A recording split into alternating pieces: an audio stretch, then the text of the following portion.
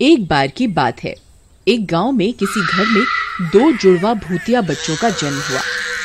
वे बच्चे एक बहुत भयानक काली शक्ति का प्रतीक थे। वे बच्चे उम्र में बाकी बच्चों के मुकाबले दुगना तेजी से बड़े हो रहे थे और देखने में दोनों बहुत भयानक थे। बहुत ही जल्द वे दोनों चलने फिरने लगते हैं। हाय, मैं क्या सोच रहा हूँ, अब हम इतने बड़े तो हो ही गए हैं कि अकेले घूमने फिरने जा सकें। सही बात है भाई, कब तक हम लोग घर में छुप के बैठेंगे?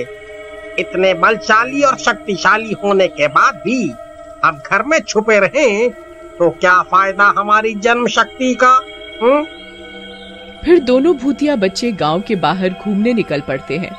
रास्ते में बात करते करते दोनों की बहस छिड़ जाती है।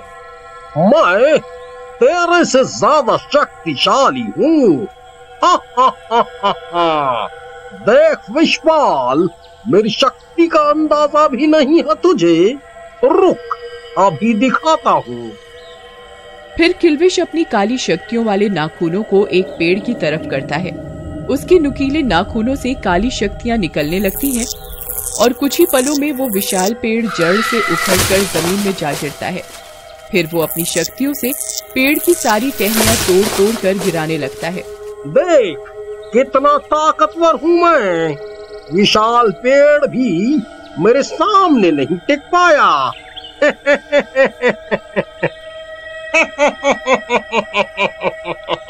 बस यही ताकत है तेरी? रुक, अब तू मेरी शक्तियाँ भी देख। विशपाल सामने देखने लगता है। तभी वहाँ से एक कार आ रही होती है। विशपाल उस कार के सामने जाकर खड़ा हो जाता है और अपने हाथों से काली शक्तियाँ निकालने लगता है और उस कार को वहीं रोक देता है। फिर विशपाल अपना हाथ थोड़ा ऊपर करता है और कार हवा में लटक जाती है। कार के अंदर बैठे लोग डर के मारे चिल्लाने लगते हैं। अरे मर गया अरे छोड़ दे, तेरा दास बेटे। अरे गाँव वालों बचाओ बचाओ बचाओ। देख कैसे ये गाड़ी मेरी शक्तियों के सामने तुच्छ वस्तु लग रही है। अब देख मेरा कमाल।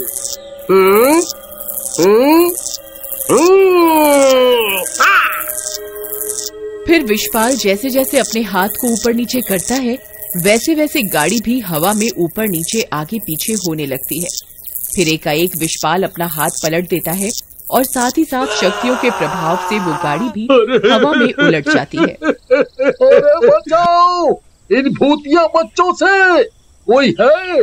हे भगवान, कौन से कर्म बुरे करे थे मैंने जो ऐसी जगह फंस गया? कोई है? अरे बचाओ, इन्होंने तो हमें हवा में उल्टा लटका दिया। और साथ ही साथ शक्तियों के प्रभाव से वो गाड़ी भी हवा में उल्टी हो जाती है। उनकी चीखें सुनकर उन भूतिया बच्चों को मजा आ रहा था। फिर वे दोनों अपनी अपनी शक्तियों को एक साथ मिलाते हैं और उस जगह को एक भयानक गुफा बना देते हैं जहाँ कंकाल की हड्डियां पड़ी होती हैं। अब ये आदमी हम दोनों का भोजन बनेगा। फिर किल्विश और विशपाल उस कार में से आदमी को बाहर निकालते हैं और गुफा के अंदर ही उल्टा लटका देते हैं। नहीं, मुझे जाने दो, प्लीज प्लीज मुझे बख्श दो। वे दोनों जोर जोर से हंसने लगते हैं और वहाँ से गायब हो जाते हैं। जैसे जैसे वो दोनों जुड़वा भूतिया बच्चे बड़े होते हैं, उनकी काली शक्तियाँ बढ़ती जाती हैं। किल्विश और विशपाल अपनी शक्तियों से पूरे गांव को परेशान करने लगते हैं और आतंक मचा देते हैं। वो अपनी शक्तियों से गांव में तहस नहस मचाने लगते हैं। अरे भाइयों, इन भूतिया बच्चों के साथ रहना तो मुश्किल हो गया है। हम सब की जान खतरे में है। बात तो सही है भाई, पर जाएं भी तो कहाँ जाएं? भूतिया बच्चे गांव वालों को अपने नौकरों की तरह काम करवाते और कुछ गलती होने पर बेरहमी से सजा देते, उन्हें मारते पीटते। उसी गांव में एक वासु नाम का साहूकार रहता था। अरे, कल उन भूतों के बीच मुझे बुलाया जाएगा हाजिरी देने के लिए। जी, कुछ तो करना पड़ेगा। मैं आपकी जिंदगी जानते बूझते खतरे में नहीं डाल सकती। या तो आप अपनी जगह मुझे जाने दो। मैं इतना भी कायर नहीं हूँ कि खुद बीवी के पल्लू में छुप जाऊं और बीवी को मौत के मुंह में धकेल दूं। कल होने में अभी एक रात बाकी है। मैं कुछ ना कुछ रास्ता जरूर निकालूंगा। उस रात एक चुड़ैल सज धज कर सर पर आग से भरी मटकी लेकर घूमने निकली। गांव वाले चुपचाप अपनी खिड़कियों से ये नजारा देख रहे थे। 7 समंदर पार मैं तेरे पीछे पीछे आ गई, मैं तेरे पीछे पीछे आ गई। वो चुड़ैल आग से भरी मटकी किल्विश और विशपाल के घर के बाहर रख देती है और वहां नाचने लगती है। अरे ये शोर कैसा आ रहा है? इस गांव में किसकी इतनी हिम्मत है जो हमारे नियमों के खिलाफ जा सके? क्या उनमें हमारा खौफ नहीं? गुस्से में आग बबूले किल्विश विशपाल शोर सुनकर बाहर आते हैं, पर बाहर आते ही उनके हाव भाव बदल जाते हैं। अरे ये कौन है? कितना सुंदर नाच रही है। वाह, कितनी सुंदर चुड़ैल है ये। मेरा तो दिल आ गया इस पे। वह शक्तिशाली और ये चुड़ैल कुमारी। वाह, हमारी जोड़ी तो राम मिलाई हो गई। इधर चुड़ैल को देखकर विशपाल के दिल के तार भी बजने लगते हैं। अरे वाह, ये चुड़ैल तो लगता है मेरे लिए ही बनी है। मुझे ये बहुत पसंद है। अब मैं इससे ही शादी रचाऊंगा।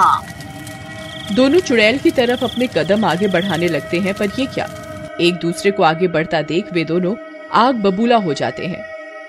अरे तू क्यों आगे आ रहा है? ये तेरी भाभी है। अबे जा, भाभी बनेगी तेरी। मैं तो इस चुड़ैल से शादी करूंगा। ए विशपाल, अपनी औकात में रह। इससे पहले मैंने देखा था, ये मेरी है। तू चुप कर कालिए किल्विश, ये मेरी है। एक दूसरे की बात सुन के उनके बहस गर्म हो जाती है और दोनों खुंदक में आ जाते हैं, क्योंकि दोनों में से कोई भी पीछे हटने को तैयार नहीं था। अरे तुम दोनों लड़ना बंद करो, मैं शक्तिशाली भूत से ही शादी करूंगी। एक काम करते हैं, शक्तियों का युद्ध रखते हैं। तुम दोनों में से जो युद्ध जीत जाएगा वो बनेगा मेरा राजा। तुझे अगर ये लगता है कि तू मुझसे ज्यादा शक्तिशाली है तो चल, तेरा ये वहम भी दूर कर देता हूँ। क्यों ना ताकत का युद्ध किया जाए। जो इस युद्ध में जीतेगा ये सुंदरी उसकी। मंजूर? मंजूर।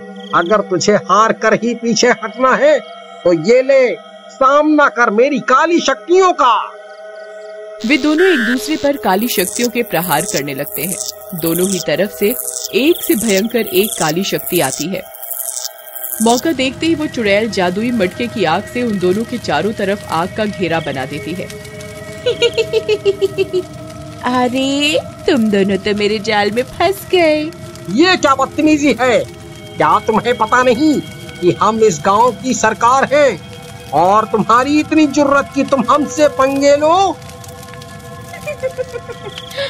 अरे तुम दोनों काली शक्तियों के स्वामी हो, पर दिमाग से बिल्कुल पैदल। अब देखो मैं तुम्हें कैसे सबक सिखाती हूँ। कुछ ही पलों में मायावी आग बुरी तरह फैल जाती है और किल्विश विशपाल को अपनी चपेट में ले लेती है। दोनों भूतिया भाई उस आग में जलने लगते हैं।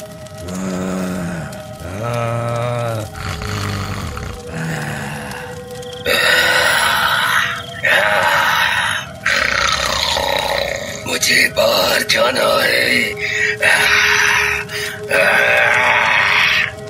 ये खौफनाक नजारा देखकर गांव वाले घरों से निकलते हैं तो पाते हैं कि चुड़ैल के भेष में वासु साहूकार खड़ा था। अरे वासु, वाह, तुमने तो कमाल ही कर दिया। भाई, सूझबूझ से काम लिया जाए तो सब हो सकता है। अब देखो, इनकी शक्तियाँ इन पे ही भारी पड़ गई। वे लोग जोर जोर से हंसने लगते हैं और सुकून की सांस लेते हैं।